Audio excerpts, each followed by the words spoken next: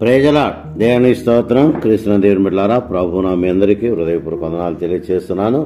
ప్రభువుతో ప్రతిదినం అరుణోదయ దర్శనం, అనుదిన ఆశీర్వాదాలు, అనుదిన వాగ్దానం పొందుతూ పునరుద్ధాన సందేశాలు వింటూ దేవునికి స్తుతులు చెల్లించే ధన్యత దేవుడు మనకిచ్చినందుకై దేవునికి వందనాలు చెల్లిస్తున్నాం. సమయమున పరిశుద్ధ లేఖ నుండి దేవుని వాక్యం చదువుకుందాం. గమనించండి. యోహాను సువార్త 20 అధ్యాయము 15 వచనం చదువుకున్నాం. యేసు, అమ్మా ఎందుకు ఏడుస్తున్నావు, ఎవరిని వెదుగుచున్నావు? అమ్మా ఎందుకు ఏడుస్తున్నావు, ఎవరిని వెదుగుచున్నావు? క్రీస్తు దేవుని బిడ్డలారా, పునరుద్ధాన మహిమలో పునరుజ్జీవము కలుగుటకు మనము దేవుని యొక్క సాన్నిధ్యంలో ఆయన స్తుతిస్తున్నాం, ఆరాధిస్తున్నాం. ఆయన కొనియాడుతున్నట్టుగా దేవుని బిడ్డలారా జ్ఞాపకం చేసుకుందాం. మరి సమయమున ఈ పునరుజ్జీవం అనేది జీవితాలలో చాలా ప్రాముఖ్యమైనది కనుక దుఃఖములో ఉన్నవారిని దేవుడు ప్రభు ఓదార్చుట, దుఃఖంలో ఉన్న వారికి దేవుడు పునరుజ్జీవాన్ని కలిగించటనే విషయాన్ని పునరుద్ధాన మహిమలో జ్ఞాపకం చేసుకుందాం. ఈ పునరుద్ధాన మహిమలో పునరుజ్జీవం అనేది చాలా విలువైనది, పవిత్రమైనది. దేవుని యొక్క కృపచేత మానవ జీవితాన్ని పవిత్రం చేసేదని దేవుని బిడ్డలారా జ్ఞాపకం చేసుకున్నాం. అందుకని ప్రభువైన యేసుక్రీస్తు వారు, అమ్మా ఎందుకు ఏడ్చున్నావు, ఎవరిని వెతుకుతున్నావు అంటూ యేసుక్రీస్తు వారు మగ్దలేనే మరియను సంబోధిస్తున్నాడు. మగ్దలేనే మరియ ఎంతో దుఃఖంలో ఉంది. సమాధిలో యేసు శరీరము కనబడలేదని, కనీసం ఆయన మృతమైన శరీరాన్ని చూసి ఆమె సంతోషించాలని ఎంతో ఆమె ఆతృత పడది.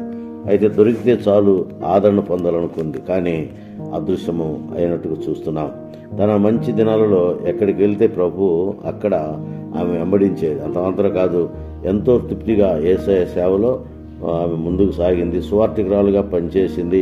ఆమె ఎంతగానో మరి ప్రభువును ఆరాధించింది, స్తుతించింది, ఘనపరిచింది, ఘనమైన దేవుని కార్యాలు జరిగించినట్లుగా చూస్తున్నాం. అయితే ఇప్పుడు ప్రభు ఆమెకు దూరమయ్యాడు. యేసు ప్రభు వారు లేరు. కనీసం ఆయన మృతదేహము కూడా దొరుకుతుందేమని ఎంతో ఆమె ఏడ్చింది. బోరుమని ఏడ్చుతూ పిచ్చిదానిలాగా ఆ తోటలో క్రీస్తు శరీరం గురించి ఆమె ఎంతో వేదన పడినట్టుగా దేవుని బిడ్డలారా జ్ఞాపకం చేసుకుందాం. ఎందుకంటే ప్రభు శరీరము కనిపిస్తే చాలన్న ఆశ ఆమెకున్నది. అయితే ఇక జరిగిన అద్భుత కార్యం ఏంటంటే, యేసు ప్రభు వారు వెనక నుండి ఆమెను చూసి మరియా అని పిలిచాడు. గమనించండి, మనము దేవుని యొక్క సాన్నిధ్యంలో ఆయన వెతకగలిగితే ఆయన మనకు దొరికే దేవుడని చూస్తున్నాం. అందుకే ఇక్కడ యేసు ప్రభు వారు వెనుక నుండే ఆమెను చూసి మరియా అని పిలిచాడు. ఒక క్షణము మరియా పునరుద్ధరణ క్రీస్తును చూడగానే రబ్బూని అని క్రీస్తును పిలిచింది. రబ్బూని అనగా బోధకుడా అని అర్థం. అయితే అసలైన అర్థం ఏంటంటే నా గొప్ప దేవా అని మూల భాషలో మనము గమనించగలం. క్రీస్తు తన పునరుద్ధాన మహిమలో ఆమెకు కనపడి పునరుజ్జీవాన్ని ఆమెకు ప్రసాదించినట్టుగా చూస్తున్నాం. ప్రభువైన యేసుక్రీస్తు వారు ఎప్పుడైతే ఆమెకు పునరుజ్జీవం ఇచ్చాడో అప్పుడు నా గొప్ప దేవా అని ఉల్లాసపడినది. అంత మాత్రమే కాదు, ఒక్క క్షణము తన దుఃఖమంతా కూడా మటుమాయమైపోయింది. ఆమె నేను ప్రభువును చూసి తిని ఆయన నాతో మాట్లాడినని శిష్యులకు చెప్పి ఎంతో ఆనందపడ్డది. దుఃఖమంతా ఎగిరిపోయినట్టుగా దేవుని బిడ్డలారా జ్ఞాపకం చేసుకుందాం. గమనించండి, అనుదిన క్రైస్తవ జీవితంలో యేసు ప్రభు మనల్ని ఎంతగానో ఆదరించే దేవుడు, కరుణించే దేవుడు, కాపాడే దేవుడు, బలపరిచే దేవుడు, బాగు చేసే దేవుడని దేవుని బిడ్డలారా జ్ఞాపకం చేసుకుందాం. కానీ ప్రభు మన హృదయాలలో తీరని దుఃఖం కలిగినప్పుడు ఆయన మనతో ఉంటాడు, మన మధ్య ఉంటాడు. చూడండి, గమనించండి, ఏడుస్తున్నటువంటి మగ్దలేనే మరియ ప్రక్కనే ఆమె వెనుక తట్టునే ప్రభు ఉన్నట్టుగా ఇక్కడ మనం చూస్తున్నాం. కనుక దేవుని బిడ్డలారా గమనించండి, ఏ దుఃఖమైనా, ఏ శోధన అయినా, ఎలాంటి బాధ అయినా, తీరని దుఃఖమైన కూడా ఆయన మన ప్రక్కనే ఓదార్చుటకు ఆయన రెడీగా ఉంటాడన్న విషయాన్ని దేవుని బిడ్డలారా జ్ఞాపకం చేసుకుందాం. ఇక్కడ మనం గమనిస్తే మరియమ్మ ఒంటరి జీవితంలో, దుఃఖములో, కష్టములో, తర్వాత ఆమె వేదనలో, ఆమె బాధలో, ఆమె నా ప్రభువును చూడనటువంటి మనోవేదనలో ఎంతగానో ఆమె కృంగిపోయినప్పుడు కృంగిన మనసును ఆయన బలపరిచే దేవుడు.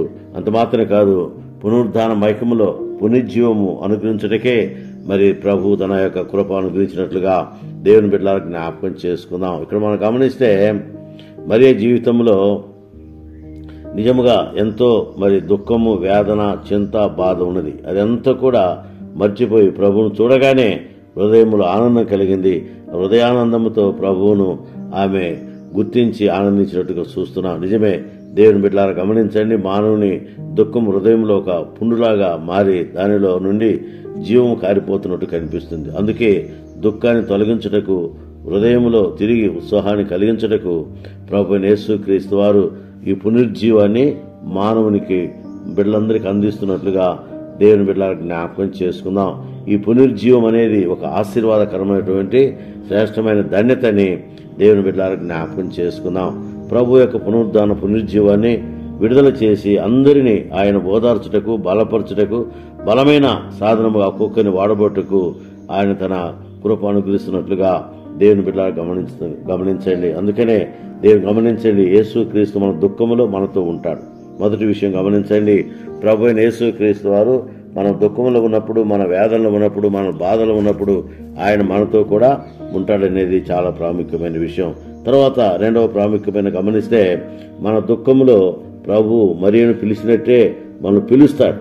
ఆయన పిలుపు విలువైనది, ఆయన పిలుపు ఘనమైనదని దేవుని బిడ్డలకు జ్ఞాపకం చేసుకుందాం. మూడో విషయం గమనిస్తే, మరియతో అన్నట్టే ఎందుకు ఏడ్చుతున్నావు అమ్మా అని ఆ ప్రేమపూర్వక పిలుపు నేను వేదనలో ఉన్నప్పుడు దేవుడు మనకు అందిస్తాడు. అందుకనే ఇదిగో మృతుడినైతిని కానీ నువ్వు ఏడవద్దు, నేను పునరుద్ధానుడను, నేను మరణం జయించి తిరిగి లేచాను గనుక ఏడవద్దు, నీతో సదా జీవిస్తానని ప్రభు చెప్పిన మాటలు ఎంతో గొప్పదని దేవుని బిడ్డలకు జ్ఞాపకం చేసుకుందాం.